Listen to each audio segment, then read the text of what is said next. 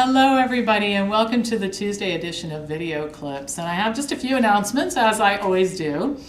This week we'll be posting on the members website another cooking workshop with Chef Del, Fast and Furious Summer Meals. And so if you're like me and you like to be outside and run and play and all that sort of thing and work in the yard and not take a lot of time to cook, he's going to show you some great, easy, quick recipes that are fun in this wonderful hot weather we're having right now. So any of you guys that are complaining about the heat and humidity, I'm in my element. I hope it's like this for a good long time. Another thing is visit my website, drpampopper.com. If you haven't been there, there are a couple great videos on weight loss and another little lecture, mini lecture on 5 things that surprise people the most about my lectures and that sort of thing. So visit, let me know what you think about it. And then it is not too early to mark your calendar. November 14 through 16 is our conference this fall. And in addition to an incredible roster of speakers, and we'll post this online shortly, we're also going to have all kinds of interesting workshops on how to get people to convert to a better diet, addressing some of the mythology out there about diets that seems to confuse people all the time and that sort of thing. So mark your calendar. You want to be here, and we're going to have some really fabulous new announcements to make, and you don't want to hear about this the Monday after. You want to be in Columbus with us. All right, I have a couple topics I want to talk about today. And the first one pertains to kids and taste preferences. Everybody's talking, the government, health professionals, moms, dads, the general public. We're all trying to identify why more people are becoming overweight and sick. And of course it's the food, but it's more complicated than that. We're surrounded by food, and food companies market to us 24/7. Food is an important part of our culture and our social events. It's associated with emotions like love. The list goes on, but there are all kinds of reasons why we crave and we want certain types of food. But as it turns out, and I think this is very interesting, our likes and cravings for food actually begin in the womb. According to researchers at the Monell Chemical Senses Center, babies whose mothers eat a really varied diet while they're pregnant and breastfeeding are open to eating a wider and better variety of foods than after they're weaned, and they maintain those food preferences as they move into adolescence and adulthood. So the programming for food tastes actually starts very young, and it's never too early to start thinking about this. In fact, before you get pregnant, you want to get as healthy as you can, eat a great diet, and then from the moment of conception, you're training your baby to want to eat the right types of foods. Julie Menils, one of the researchers at Monell, said, and I love her quote, she says, "What's really interesting about children is the preferences they form during the first years of life actually predict what they'll eat later. Dietary patterns track from early to later childhood, but once they're formed and they get older, it's difficult to change. Witness how hard it is to change the adult." You can, but it's just harder. Where you start is where you end up. Now, this certainly does explain why kids seem to like refined and processed food and fat and protein. Most people in westernized countries eat a diet that's based on these types of foods and not enough fruit, vegetables, and other plant foods. According to the Monell researchers, there are several benchmarks of time during a child's life when it's important to pay attention to this. And the first one is those very early years before 3.5 years of age.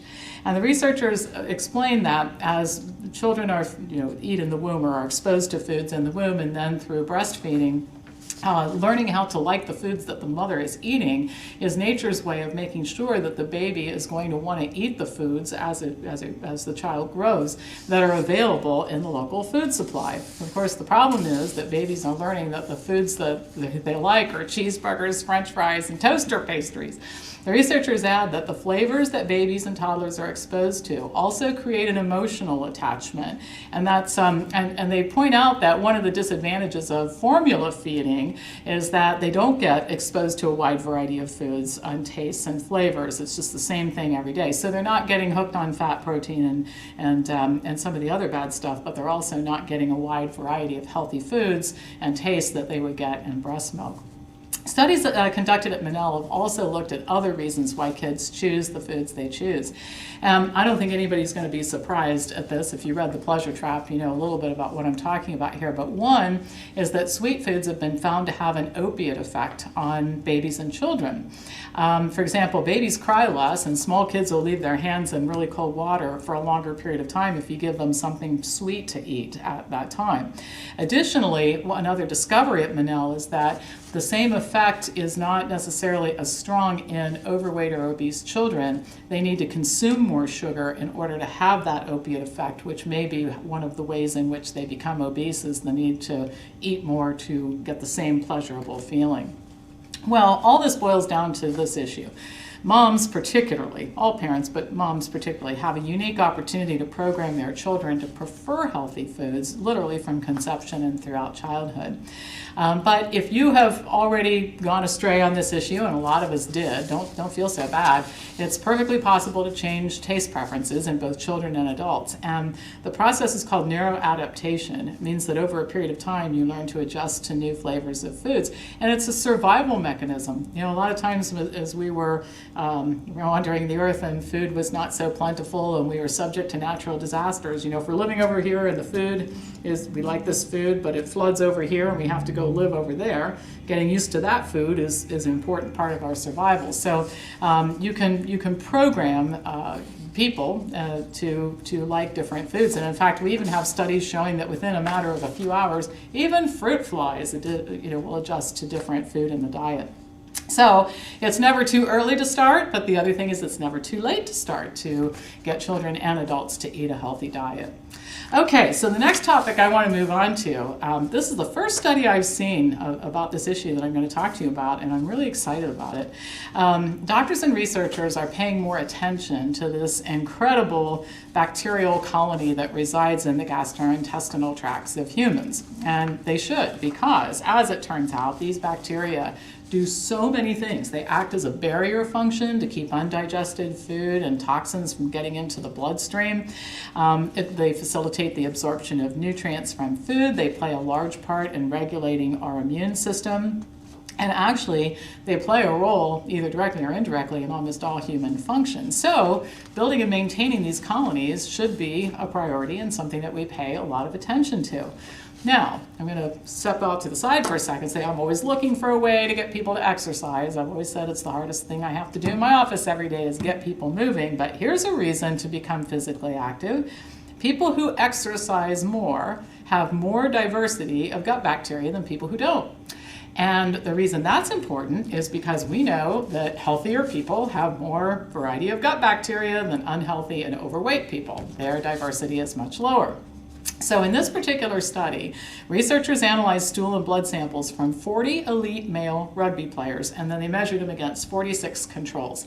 And in the control group, the participants were divided into two groups, high BMI and low BMI. All right, so athletes and those in the control group who had a low BMI had better metabolic markers, and the athletes in particular had lower markers for inflammation in their bodies than either of the control groups. But the biggest difference was found in the athletes versus the controls in terms of beneficial and variety of bacteria. So athletes had almost 2 times the diversity as the group with low BMI and more than the group with high BMI. So the leaner you are and the healthier you are and the fitter you are and the more exercise you do, the healthier and more diversified your gut bacteria.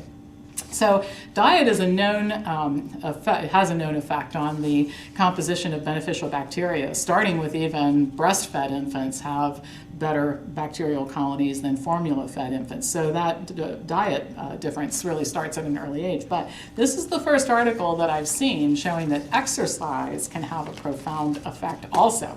So I think the evidence is clear. I keep talking about it every week. Human beings are designed to remain lean, to eat a plant-based diet, and to move. That's the best way to maintain healthy bacterial colonies, and it's the best way to maintain health. Okay, that's all for today. As usual, pass this on to anybody who you think would enjoy watching it, and I will be back to you on Thursday with more news.